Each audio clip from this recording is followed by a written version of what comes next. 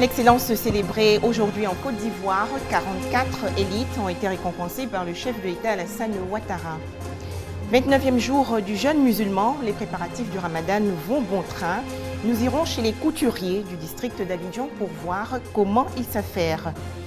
Risque de pollution au Sénégal, un navire a échoué au large de Dakar. Plus de 40 000 litres de gasoil sont en train de s'échapper. Bonsoir à tous et soyez les bienvenus dans cette édition.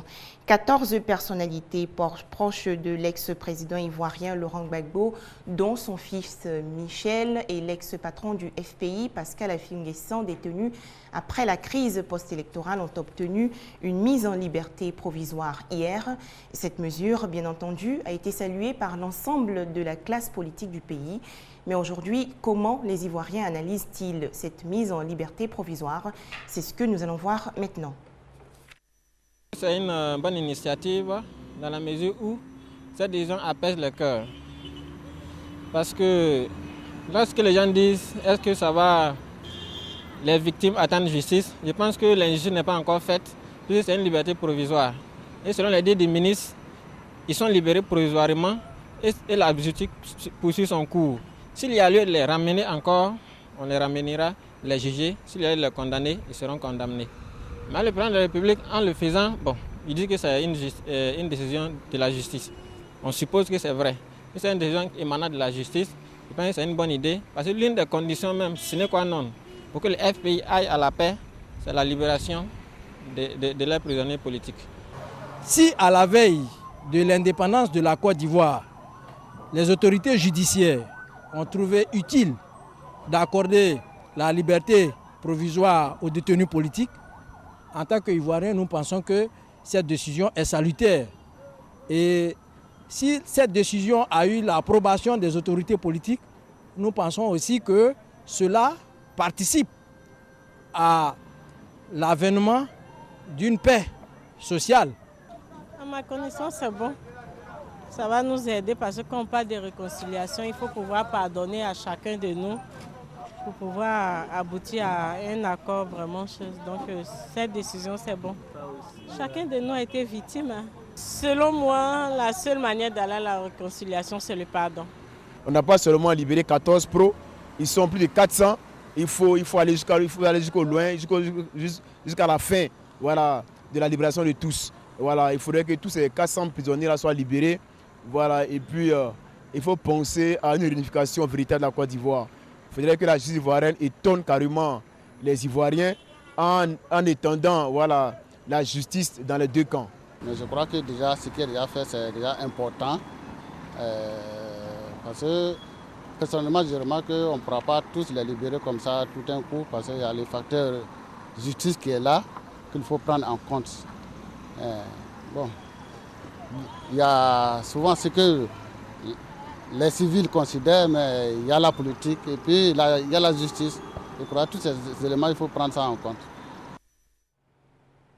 Autre sujet, dans quelques heures, la célébration de l'Aïd el-Fitr, l'une des plus importantes fêtes du calendrier musulman qui met fin au mois du jeûne sacré du Ramadan. L'heure est actuellement aux préparatifs et en pareille circonstance, les marchés de denrées alimentaires et surtout les ateliers de couture sont pris d'assaut par les fidèles musulmans. Conséquence, pas de répit pour les couturiers et autres tailleurs. Alors face à la pression, ils redoublent d'ardeur au travail, allant même jusqu'à passer des nuits blanches dans leurs ateliers. C'est un sujet de Laetitia Manglé. Des piles de pagnes et de bazins entassés dans son atelier de couture à moins de 72 heures de la fête du Ramadan. Du travail en perspective, mais loin d'impressionner cette frêle jeune dame, Cécile. Elle compte bien satisfaire sa clientèle, en majorité des tout-petits, et elle s'en donne les moyens. Il est 22 heures. Je suis obligée de veiller parce que nous sommes en 2 jours de la fête pour que mes clients soient satisfaits. Sacrifier des heures de repos pour satisfaire le maximum de clients, de nombreux faiseurs de mode en ont fait leur leitmotiv. J'ai déjà fini ce qui est boubou, donc déjà tout retiré. Bon, actuellement, il reste seulement pour les dames là, qui doivent finir plus tard demain. On veille pour pouvoir satisfaire les clients, pour ne pas qu'il y ait des problèmes. C'est là, bon, comme il y a trop de travail, ça vaut au moins 2 semaines. Bon, on veille, bon, En tout cas, bon, on est dessus. Je suis sûr qu'on va les faire plaisir. Et même si l'électricité fait souvent défaut, on ne se laisse pas distraire. On utilise les moyens du bord pour y arriver. Le courant est coupé. Bon, je ne sais même pas comment je vais faire. Je suis obligé de me débrouiller sur une bougie pour travailler. Même si les couturiers rivalisent d'ardeur et d'imagination, les crises de colère ne manquent pas. Ils sont souvent taxés d'être abonnés au faux rendez-vous. Les tailleurs, vraiment, ils sont pareils, ils sont même chose. Depuis, vraiment, moi je suis fatigué, mais ce soir, je vais mes habits. Ça fait une semaine que j'ai déposé mon bazin pour coudre. Depuis là, ce n'est pas encore prêt. La fête est déjà proche. Donc là, je ne sais pas ce que je vais faire.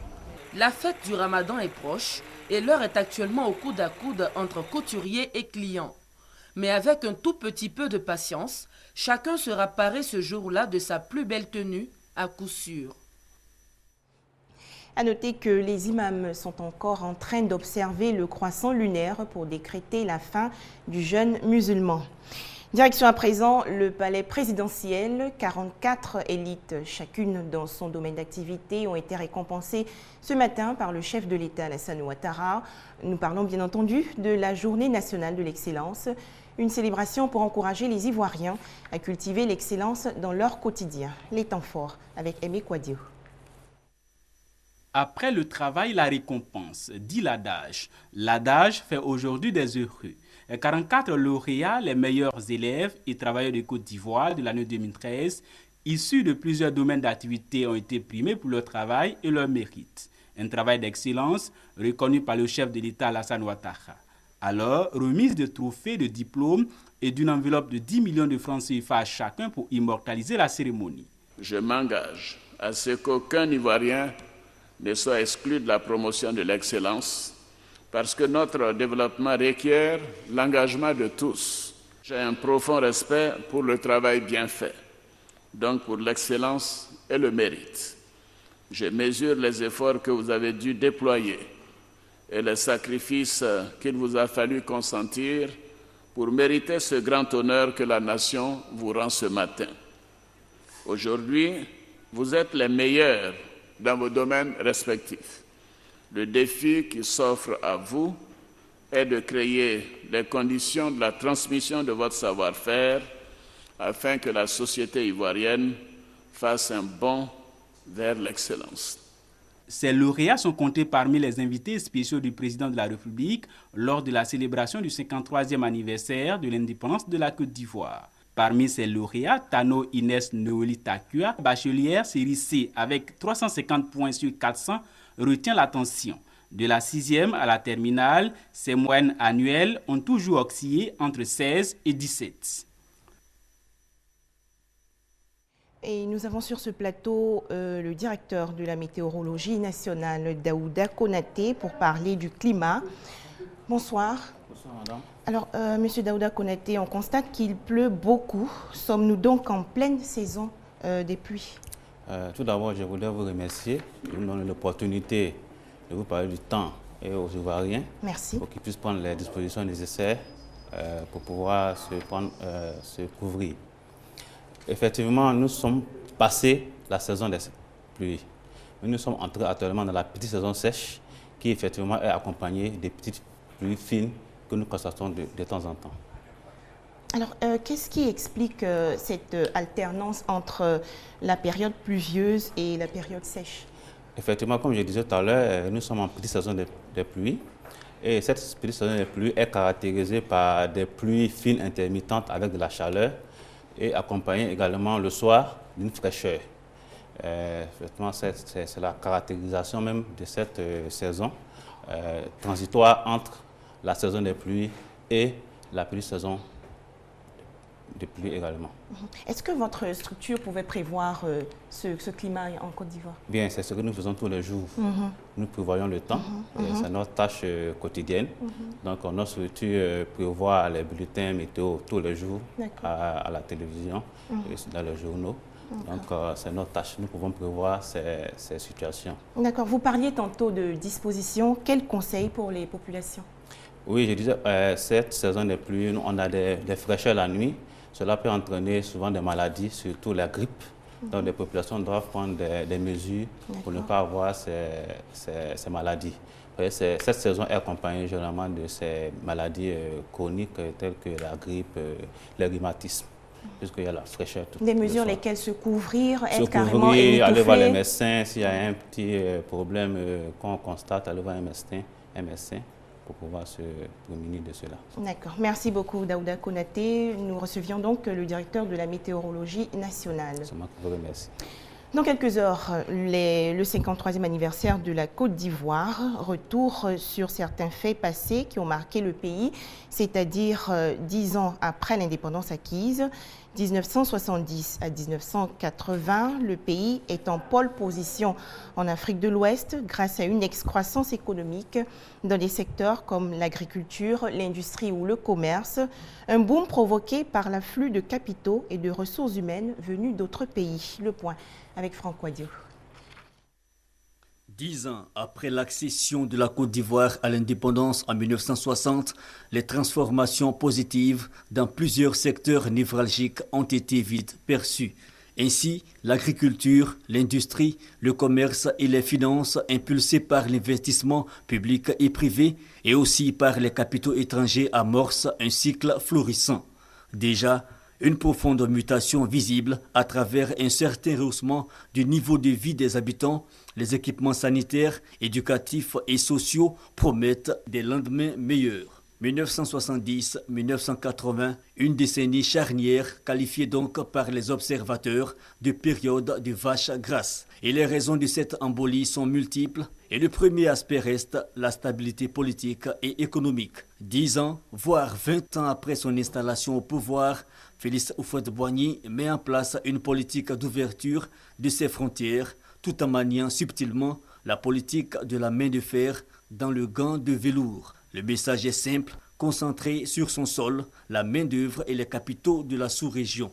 Un pragmatisme payant car jusque dans la première moitié des années 80, le PIB dépasse les 7%, rapprochant la Côte d'Ivoire des pays à très forte expansion comme le Japon, la Corée et le Brésil. Entre 1975 et 1977, aidé par la conjoncture et les crises politiques dans nombre de pays concurrents et profitant des envolées des prix de ses principaux produits d'exportation, tels le café et le cacao, la Côte d'Ivoire se positionne comme le leader en Afrique de l'Ouest. Mais le miracle, marqué par le taux de croissance de 6,8% par an entre 1970 et 1975, plus élevé même que celui de certains pays européens, vers la moitié des années 80, va faire place au mirage. On parle de la trop grande dépendance de l'économie au binôme café-cacao et des multiples programmes et structures budgétivores créés sans organes de régulation. Pour terminer l'actualité nationale, ce don de matériel de salubrité offert par la Banque africaine de développement, la BAD, objectif lutter contre l'insalubrité en Côte d'Ivoire. Des tracteurs, tricycles et brouettes ont été remis aujourd'hui à 16 communes de l'intérieur du pays. Laetitia Manglé. Abidjan n'a plus son lustre d'antan, certes, mais les villes de l'intérieur sont encore plus insalubres. Plusieurs d'entre elles n'ont pas reçu de matériel de salubrité depuis plus d'une décennie. La commune de Tchémé n'avait pas acquis de matériel depuis 1992. À cette occasion, il y a des habitudes qui sont nées où les gens faisaient des immondices devant leurs portes. On a beau sensibiliser, mais s'il n'y a pas de matériel pour collecter les talus qui sont faits, ils montent et ça pose des problèmes de santé. C'est pour améliorer les capacités logistiques en matière de salubrité que la Banque africaine de développement, la BAD, à travers son projet Pur Sabref Cap, vient en renfort au ministère de la salubrité urbaine. Un important lot de matériel de salubrité est offert à 16 villes de l'intérieur du pays. Abidjan était dans un piteux état au lendemain de la crise. Donc dans ces cadres-là, c'est vrai, un premier ramassage a été fait pour remettre à niveau, mais il fallait assurer la continuité et la pérennité. Donc ces ressources ont été mises de côté pour acheter aujourd'hui des équipements. Le ministre Alakwa Dioremi a fait des récipiendaires le gage d'un changement de comportement au sein des populations de leur circonscription. Sur le maire, vous êtes le chef de village. Donc c'est vous qu'on regarde, c'est vous qu'on écoute. Je suis certain qu'ensemble, nous pourrons amener nos populations à des comportements qui soient plus adéquats avec les impératifs de la salubrité. La Côte d'Ivoire se veut un pays économiquement puissant et favorable au tourisme d'ici à quelques années. Et pour ce faire, les autorités ivoiriennes et leurs partenaires ne veulent pas lésiner sur les moyens. La traque aux ordures ménagères suit son cours. Environnement toujours, mais cette fois au Sénégal, où un navire a échoué au large de la capitale Dakar le 2 août dernier. Plus de 40 000 litres de gasoil sont en train de s'échapper et risquent de polluer l'habitat sous-marin. Des remorqueurs du port de Dakar tentent de remonter l'embarcation. Et c'est la fin de cette édition. On se retrouve demain, 19h30, dans le cadre d'un autre journal.